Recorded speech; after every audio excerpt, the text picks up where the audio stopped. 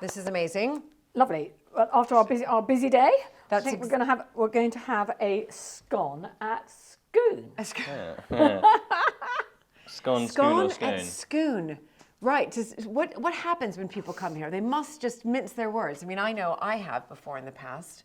Yeah, there's constant debate. Scone, Scone, or Scone. Right. No one really knows. Right. We're Scone people. Oh, definitely. But there are quite a lot of people who are Scone people.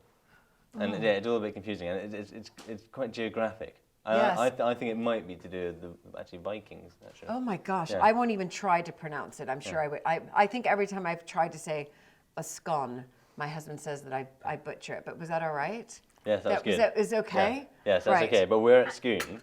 Yeah, I know. And a pet name for the place is Chateau Gâteau. It's quite fun. That is brilliant. But no, but you know, for me, the American coming in here and having afternoon tea with the scones and tea. This is my everything. This is what I love. Perfection. It is perfection. Milk? Yes, I have to have 100%. milk. And Drip? no, I'll have you just do a look at A that. slug. There you go. So exciting. So then the question is, And we're big. jam, clotted cream. How does that work? What's your, because it changes by different areas around the country, doesn't it? First of all, raspberry jam has to Okay. be, and preferably local, because the best raspberries in the Definitely. world are grown here. Yes. The fruit bowl of the UK. Yeah, big question. Cream, jam, cream. Yeah, I don't want to. I Yeah. don't want to mess up here. Butter. Yeah, I'm actually nervous. Butter. I go cream and then jam. That's But what I'm- I do. Yeah, I might get in trouble for saying that. I'm not sure. Sophie, what do you do? To think about I it. might. Yeah. See, I'm. Yeah, I think I definitely. Yep. Okay, are we- I mix Yeah, and go for match. it. I mix Go and for it. match. I change. Go for it. Do you I'll change? do this one when we do it. Okay. Are we cutting here? Are we? Yeah, let's do Yeah, it. I think we'll cut here. I think it'll be easier. Okay. Okay. Wow. Nobody's on sugar. I'm going to move the sugar away. I mean, amazing. Yeah, I do. I do jam, and this raspberry jam. Do you do butter? I mean, I do clotted cream first, and then. Oh, see, clotted cream does actually come from Cornwall, doesn't it? Well, I think it's two areas that it comes Does from. it come from? There's Devon as well. So you get the Cornish clotted cream, but then you also get. I think you get clotted cream in Devon. Yeah, Yeah. because See- Scots were definitely see, not. like- We're definitely not having cream See- before. Yeah, we have Scots porridge with Sorry. water. Cream is a new thing for Scots. We've definitely adopted it well. Right. And well Julie, done. Just die rather is like heavy in you're cream an and jam. import I to am. Thank you very much. England. I'm an import to Scotland.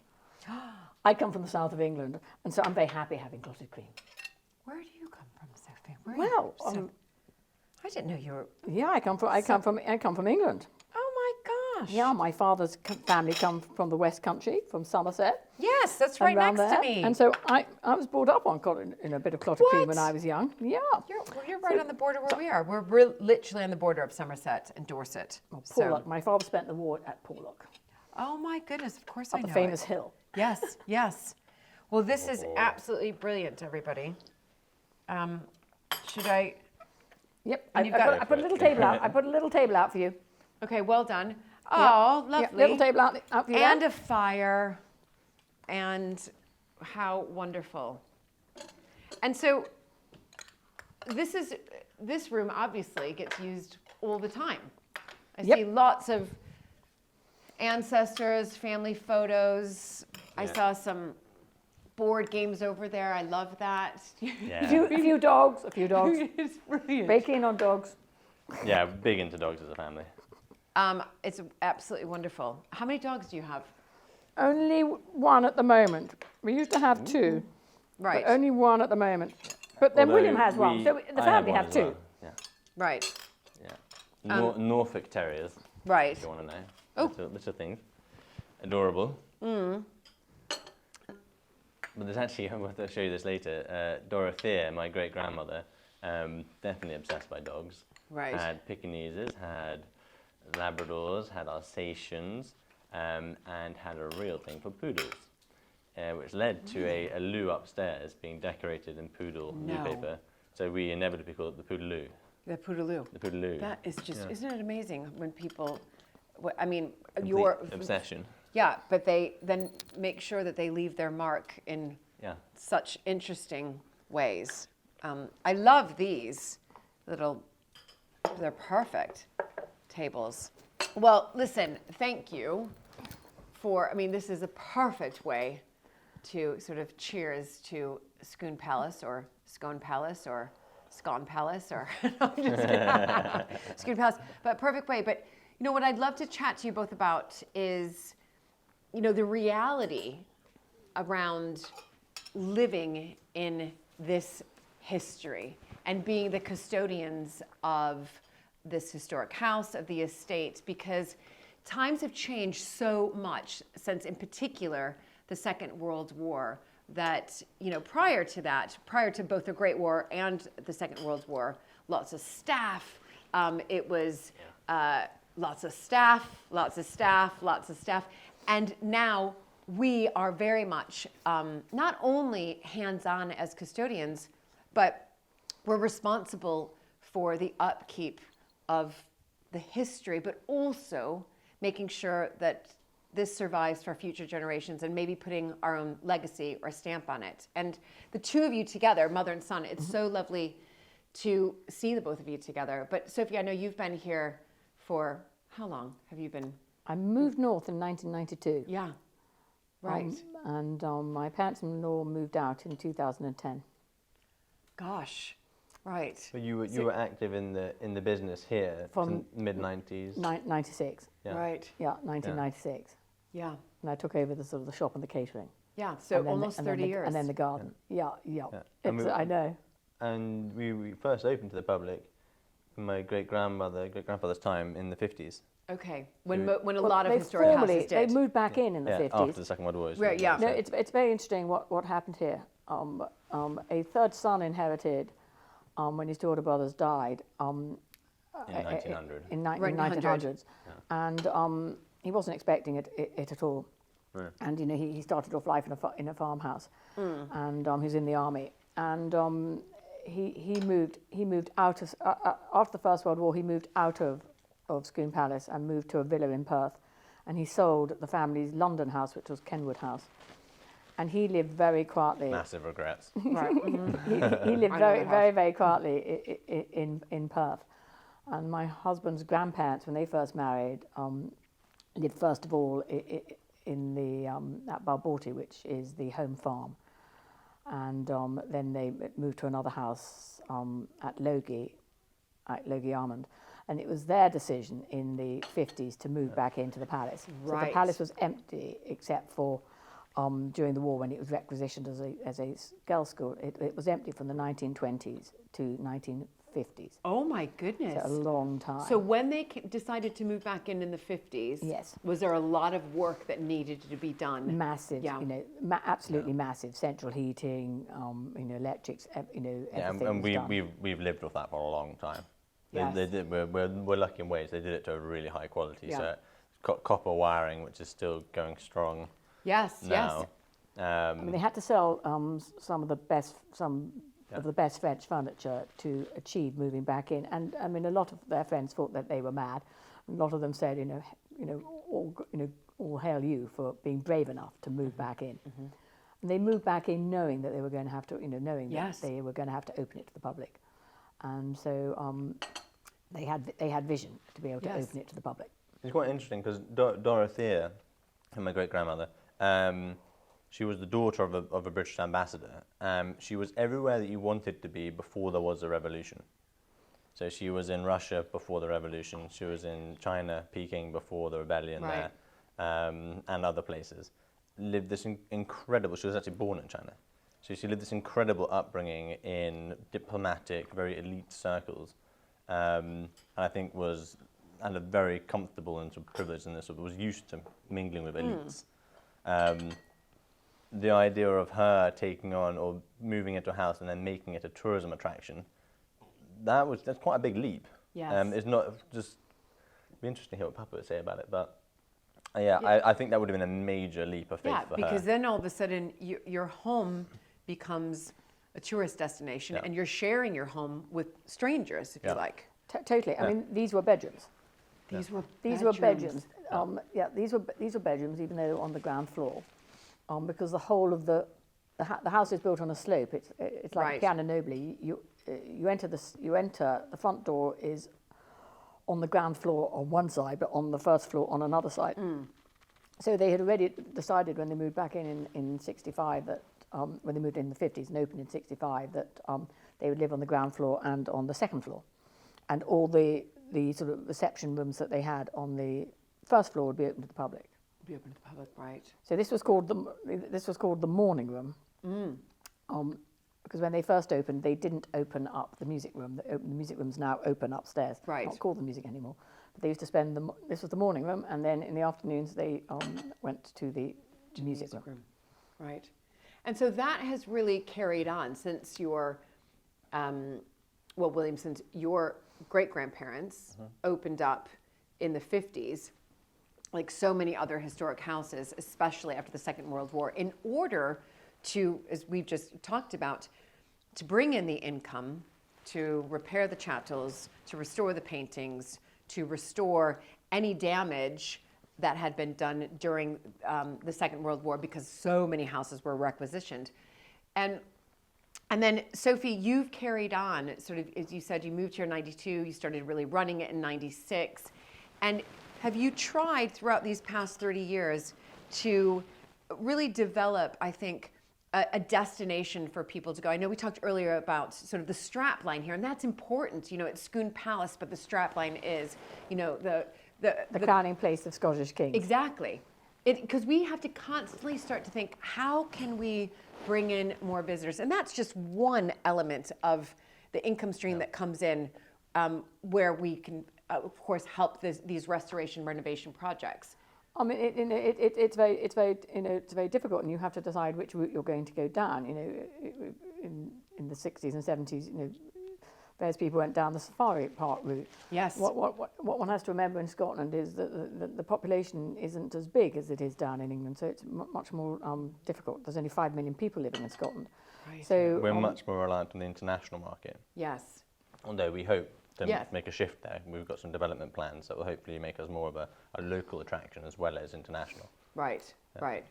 and you want whatever you do has got to be elegant and has got to survive, you know, the 100-year plan. Yeah.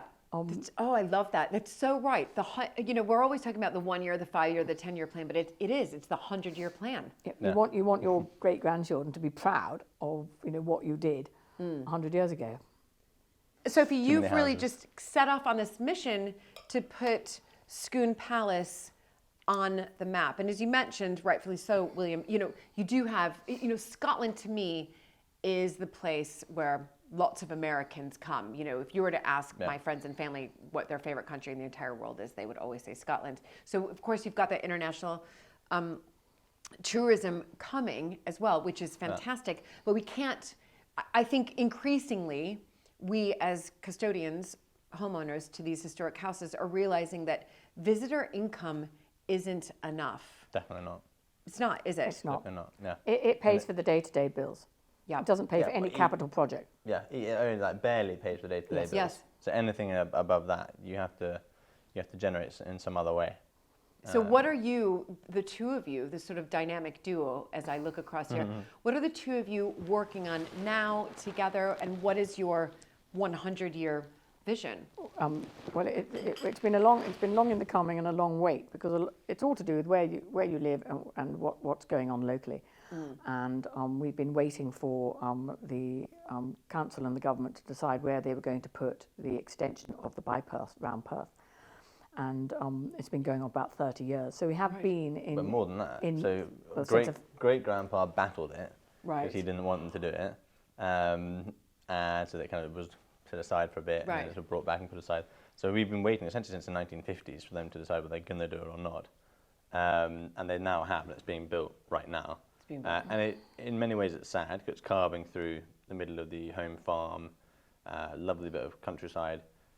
But at the same time, it is good for the local ecosystem. It's Right. really an environmental project. There's some bad pollution in Perth. But Right, it will be right. good for us in terms of business. I was about to say, will it Yeah. bring in, because you'll be that sort of main sort of passageway. It puts us on the bottom of a motorway rather than at the end of a slightly sort of difficult to access main Yes. road. So it will transform our access.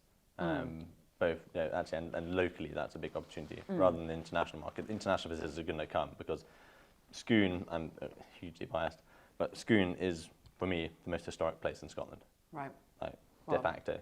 I often play a game. I've just seen it, Right. so it's amazing. I mean, it is. I often play a game with people, which is name a figure from Scottish history, and I'll bring it back home, and it's easy to do. Here. Yeah. Robert the Of course. Bruce, Macbeth, William Wallace, the Jacobite kings, all have had or lived or done something here, been crowned, whatever it was. So it is a major historic site. So historic that actually, for whatever reason, we decided to stop it being a tourism attraction. I think actually there'd be uproar. Right. It kind of course. it needs to be visited. Yeah, and it does. experienced. But what's also wonderful about it is that it's this historic home that people can visit, but it's also your home. It's the family home. I've been walking around, and just everywhere I turned, you've done a brilliant job, Sophie. Everywhere I turned, there are photographs of your family. It's wonderful. And I suspect if any, most tourists like me who come in, yes, we want that rich history and we want to, educate ourselves more, but we also want to see, gosh, wow, somebody is preserving this and carrying on the family name and the future, and you have that dotted around beautifully everywhere. I mean, we're very proud of the fact that we've been looking after this site for over 400 years. It's I mean, incredible. It's And a real that's the honour, way but to we are very talk about proud. it. We're very Yes. proud of it. Yes. We're really stewards for the next generations. That's particularly on my mind at the moment. Yes. Just produced, and we've a lot of help Yeah. from Charlotte. Yes. Yeah, So, the next William, generation. are you, being the person that is now starting to take more and more responsibility here, do you have a vision? And also, I'm just going to say it again. It's fantastic. You've got sort of a partner, that a wife who's American, because listen, it's fresh blood. That's fresh right. thinking. Yeah, and all that's good work ethic, lots of innovative ideas, creative. No, I'm just so are the Brits as well. But do you know what I mean? Like, the two of you, are you starting to think of, gosh, how can we continue this 100-year project? Yeah. What are your plans? Do you have ideas? We have plenty of them, and some of them are sort of microcosms. Like Mum actually a few years ago came up with the idea for a dog event. That's Paws at the Palace, hugely popular, nice little event, and it reminds people locally that you come to Scone to have a good time. And Right. that's something that we're very clearly trying to build. You come to Scone to have a good time in whatever you're doing. So there's sort of small but important sort of activities like that, and then that's all part of this bigger plan. So the bigger plan really revolves around that road coming in, Yes. and if we are given permission to do a big development in what's currently the rather dilapidated stable block, which has been sitting there waiting for us to make a decision, waiting for others to make a decision around what we're going to do with it. And the plan there is to reorient the entire site to the north. That's where the road is. New entrance, new ticket office, new arrival kind of centre, and retail hub, catering hub, everything there. Right. It would big, also big project. Big project. Rather scary in terms of the bills. Of course, yeah, of the course. cost is. So does that, if I get that right, if I'm sort of locally, and again, we were just talking about the local market, Yeah. and I could come to Scone, and I could just, if I wanted to, go to the So currently it's pay to play.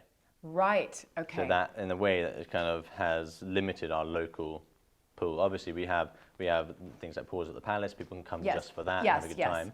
But in terms of accessing the retail and the cafe now, it's pay to play. Right. What the new development will allow will be that mixture of pay to play still for the greater site, but that constant 24-hour, 365 days a year site where you can just come and have a coffee and a slice You of can cake, have a coffee. whatever it is. Right. Yeah, so a big So game if I change for if us. I was a young mother in Perth, Yeah. I could just say, right, after the school run, Yeah. I'm going to meet my friends, and we're just going to go Yeah. and have a coffee and Yeah. a scone or whatever And it is. a new playground as a part of new the plan. Yeah, yeah, that's in perfect. development. That's in development at the moment. The destination building is definitely part of the plan. Right. And this is one of the interesting things because 400 years later, I would say, you could say in 1950 we began, this is slightly harsh on the ancestors, but in 1950 we began to become a family business. Previously to that, we had been very successful generations, individuals, who were extremely gifted in a certain activity. We had lawyers, diplomats, soldiers, whatever it was, but not really business people. I'm the first person in 400 years to have a business education, which is quite an interesting idea. Yeah. And yeah, I think that's all geared towards my future here, because you really have to approach this as a business. Yes, that's I mean, the costs of absolutely right. the costs of the maintaining the building are massive, and also this building is made of sandstone, and it just happens. Sandstone in Scotland. It just happens to be what was the local stone at the time, but Right. sandstone is not hardy. And Right, what so the you Stone have of just- Destiny is made of. Do you have a really good stonemason who basically you employ full time? Well, hopefully, when we have the stable get dot that. development Yeah. and it's produced, hopefully that will create enough income to start No, working on. I joke on all it. the time at Yep. Mapperton. I mean, we're on a much smaller Yep. scale. It's a small manor house, but we don't have a full-time stonemason. But literally, our stonemason is there almost every single day. That's an aspiration of ours is to have a stonemason. But Yeah. it's horrifying. You get a bad storm here, or every kind of spring, we wander around the house and we pick up bits of it. Yeah. And like we fill a wheelbarrow, basically. And I just want to kind of touch more on what you profoundly put, that this, yes, it is lived in by the family. It's a private home, but it has, in order to make it work, it has to be a business. In order to keep, we always talk about the roof, but I love it that you've mentioned the stone, because I think many times as historic house homeowners, we're always talking about, we've got to keep the roof on, we've got to keep the roof on. But it is the stone, it is the windows, it is the chattels. The it is Victorian plumbing. We Yeah, had burst pipe yesterday right. in catering. So Right. we had to shut the palace. The mains. Yeah. It wasn't a pipe, it was the mains. Yeah. So we suddenly had to close the catering, and then the loos, nothing worked. Right. And so to take out all that Victorian plumbing and to put in, let's say, copper piping, I'm just throwing that out there, that's what we did. And on a much smaller scale, Mapperton is probably 1/20th of the size of Scone, is enormous. But eventually, that's a project you're probably going to have to look at doing. And so it's, how are you looking at Scone to your generation, and obviously the next generation, which is, I know, very important as well, right now in particular, and how you can create these events, this big, huge project, where it's not just about, hey, the only way you can enter Scone is to get a ticket. No, you can now, hopefully in future, come to the children's playground, have a coffee, a scone, sandwich, food, lunch. So it becomes a destination in its own right, not just a destination that you've got to go and see the grounds. And still have a feeling that you're at this incredible site, and the cafe will be within sight of the Moot Hill. Right. And so people should be able to Incredibly sit in the historic. cafe and look out at the Moot Hill, where all the kings of Scotland were crowned. And that's, and so you're referencing constantly, even in the development, this history. Yes. That then We had to keep emphasizing that to all the various authorities, is that this does not function without this. Right. And so for me, focus is revenue, profit, Yes. and then what we spend it on. Yes. And it's just constant cycle. Yeah. And you think everything's going fine, then suddenly something pops up, like the flood, 2 days ago. Right. You think suddenly there's something appears which you hadn't even thought about that needs fixing, mending immediately. We've had, and I know that, and I just really want to get this across, because you always sort of start the new year with this list of, all right, this has moved up to the top, this has moved up, all of these sort of wish restoration list. projects, and then something comes in that you haven't budgeted for. We have 2 18th century eagles at Mapperton, and a storm hit and down, and each of them are over 10 grand to repair, and they're listed. They're grade 2 star listed. So you have to repair them, right? You're legally they're required to iconic. repair them. And that was not budgeted for. Yeah. That's a huge bill. So it's, again, it's, of course, we are fortunate to be the custodians of these homes. The golden handcuffs. Yes. Yeah. Golden cage, however you want to describe it. Yeah. Incredible privilege.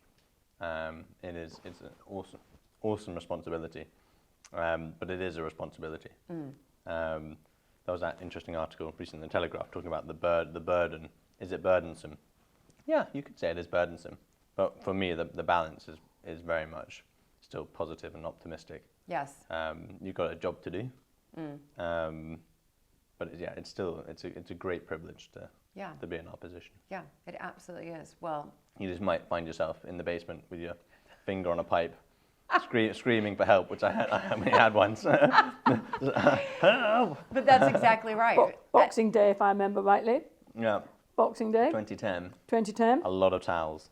Right. A lot of towels Wow. stemming a flood. Yeah, and it's always it's water, it's And it's wind. important, isn't it? Also, it's not just us. Obviously, the family are centre to it all. But we have always been blessed with incredibly hard work, incredibly loyal staff.